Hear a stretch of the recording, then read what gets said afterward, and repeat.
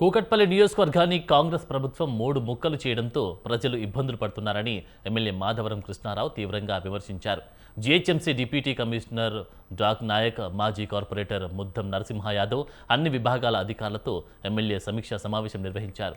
Old Boinpally డివిజన్లోని వివిధ కాలనీల బస్తీల వాసుల పలు సమస్యలు ఎమ్మెల్యే దృష్టికి తీసుకొచ్చారు.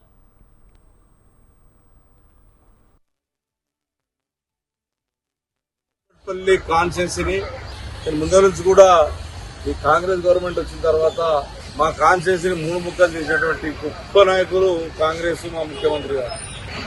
ఎందుకంటే మా ప్రజలు ఏం అన్యాయం చేసిందో మాకు తెలియదు, కానీ ఆ ప్రజలకు ఎన్ని ఇబ్బందులు ఉన్నాయంటే ఇలా మనం రివ్యూ మీటింగ్ పెడితే అర్థమవుతాం.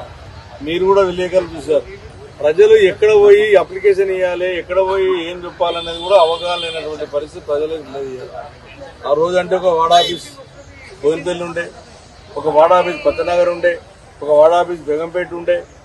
ఇవన్నీ కూడా ఈ రోజున తీసుకుపోయేసి ఎక్కడనో తిరుమలగిరిలో, ఎక్కడనో ఉప్పల్ దగ్గరనో పెడితే మా ప్రజలకు ఉన్నటువంటి కష్టాలు మామూలు కష్టాలు పెడతలేదు.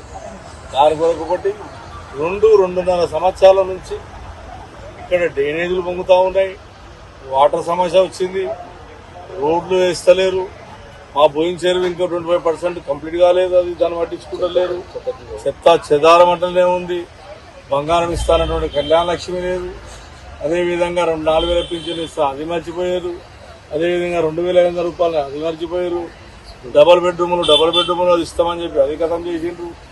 ఇవాళ ఆ రోజు మేము చేసిన పని, మేము ఆ రోజు ఎమ్మెల్యేగా మా కార్పొరేటర్, స్థానిక కార్పొరేటర్ ముద్దం నరసింహ యాదవ్